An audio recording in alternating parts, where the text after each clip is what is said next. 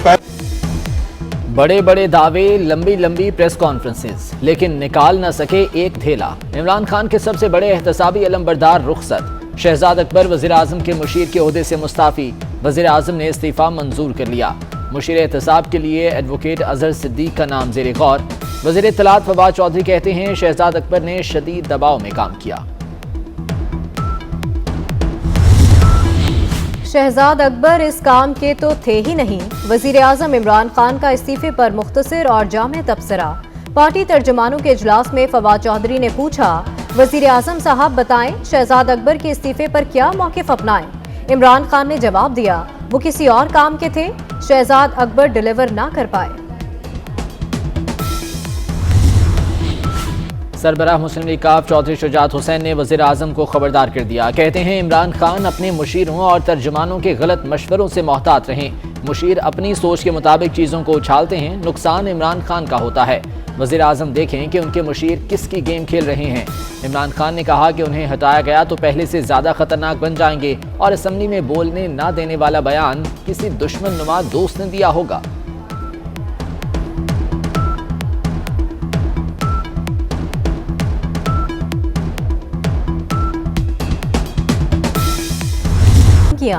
नवाज शरीफ की medical report 10 दिन में सामने रखें, वरना तौहीन अदालत की दरख्वास्त करेंगे।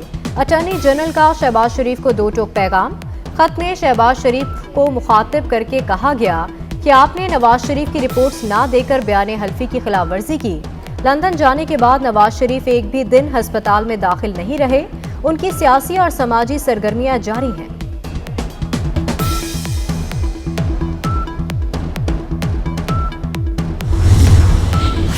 शरीफ फैमिली माफिया की तरह एक्ट कर रही है। अवाम को नून लीग की माजी की तारीख भी बताएं। इमरान खान की पार्टी तर्जुमानों को हिदायत। कहा शरीफ फैमिली में कोई अखलाकियात नहीं, वो किस मुंह से हमारे ऊपर इल्जामात लगाते। करप्शन करने वाला ऑपोजिशन लीडर बना बैठा है।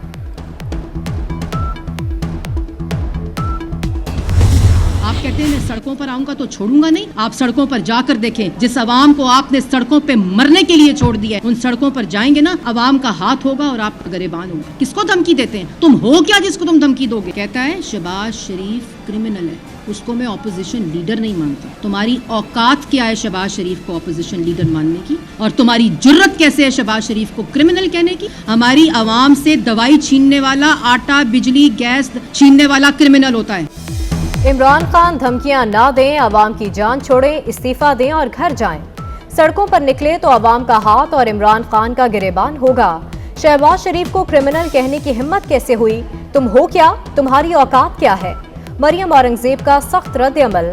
कहा ये कुर्सी जाने का खौफ क्यों है? आपके इंतकाम से ऑपोजिशन गुजर चुकी। बेनज़ीर भुट्टो शहीद हुई जनाब चेयरमैन साहब। रात को उनको गुजारिश की गई, मिन्नत समाजत की गई कि ये पिंडी में न जलसा करें। दहशतगर्दी का खतरा है, कोविड का खतरा है। फजलुर रहमान साहब पे 3 दहशतगर्द, 2 मेरे पे 3 दहशतगर्द हमले हुए। 23 के बाद 27 को आ जाएं। आधा इस्लामाबाद तो किसी और के कंट्रोल में होगा। आपकी जब तक वो टीवी पे चलेगी नहीं तो आप किससे लाइव शो नहीं चल रहा होगा आपका। बेनज़ीर की मिन्नतें की थीं। पीडीएम वालों आप भी मान जाएं। 23 मार्च को इस्लामाबाद में दहशतगर्दी का खतरा है। शेख रशीद की वफाक के नुमाइंदा फोरम सेनेट में खड़े होकर अपोजिशन को वार्निंग। कहा फजलुर रहमान और मुझ पर भी दहशतगर्द हमले हो चुके। वैसे भी 23 मार्च को आधे इस्लामाबाद पर किसी और का कंट्रोल होगा। मीडिया पर अपोजिशन का शो नहीं चलेगा तो आकर क्या करेंगे?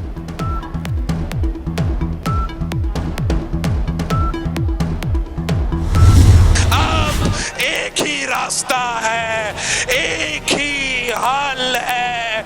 अगर हमने पाकिस्तान की मईशत को बचाना है तो हमने इमरान को भगाना है। इस बल्दियाती निजाम को काला कानून कह रहे हैं। जो भी इसको काला कानून कहते हैं खुद उनका मुंह काला हो जाएगा। लोकल बॉडीज में उनका शिकस्त नजर आ रहा है।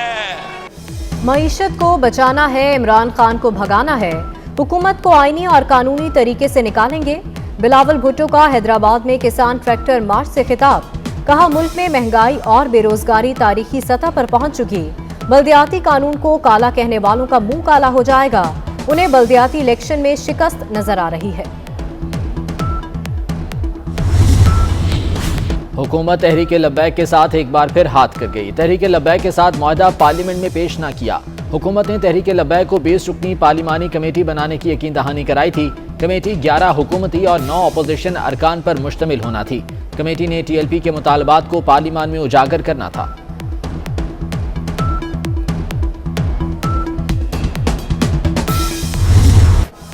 पाकिस्तान में कोरोना का फैलाव तेज, मुस्बत केसेस की शरह 13% रिकॉर्ड। एक दिन में 7200 केसेस रिपोर्ट, 8 मरीज इंतकाल कर गए। कराची में शरह 37% रही, पेशावर 33, चित्राल 19, हैदराबाद 18 और लाहौर में 17% रिकॉर्ड। लाहौर में ओमिक्रॉन के 91 नए मरीज रिपोर्ट, मजमूई तादाद 912 हो गई।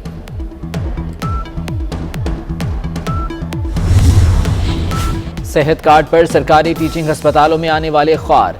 इंतजामिया सेहत कार्ड पर मुफ्त इलाज का ताहाल बंदोबस्त न कर सकी। अस्पताल आने वाले मरीज और लवाहिकीन परेशान। I will do right to all manner of people according to law, without fear or favor, affection or ill will. May Allah Almighty help and guide me. Ameen. Pakistan की अदलिया में नई तारीख रकम। सुप्रीम कोर्ट की पहली खातून जज जस्टिस आयशा मलिक ने हल्फ उठा लिया। चीफ जस्टिस गुलजार अहमद कहते हैं, हम किसी चीज का क्रेडिट नहीं लेंगे। जस्टिस आयशा मलिक अपनी काबिलियत की बुनियाद पर जज बनी है।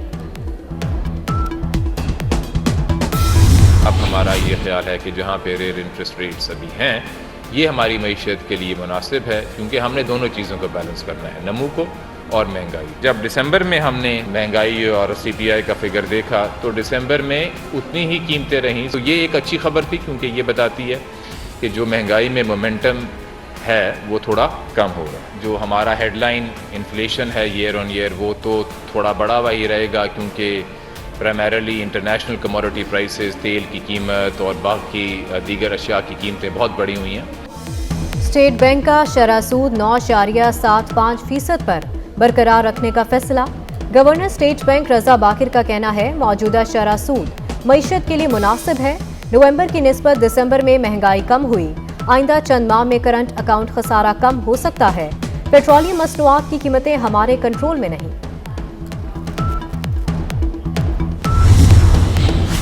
महंगाई के सताए अवाम पर एक और वार। बच्चों के फार्मूला मिल्क पाउडर पर भी 17% GST लग गया। कीमत 650 रुपये तक जा पहुंची। 900 ग्राम फार्मूला दूध का डब्बा 2450 से बढ़कर 3124 का हो गया। बच्चों को क्या पिलाएं? क्या केमिकल वाला खुला दूध पिलाकर बीमार करें? परेशान शहरियों का सवाल।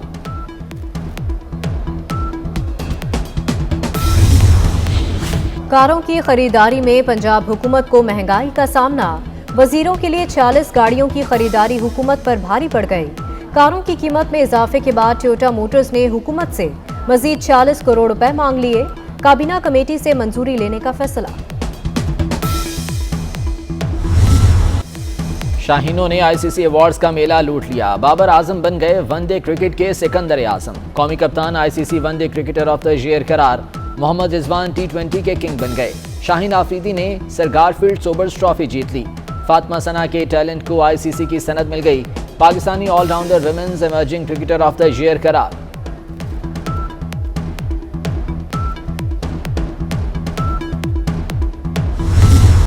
और मरी और गलियात में बर्फबारी रुक गई। मलका कौसार में 2 फीट 8 इंच बर्फ पड़ी। राबता सड़कें बर्फबारी की वजह से बंद। बलूचिस्तान के बालाई इलाकों में भी बर्फबारी। मुल्क के बेशतर अजला में बारिश का सिलसिला थम गया। मौसम खुश्क, ताहम सर्दी की शिद्दत बरकरार रहेगी।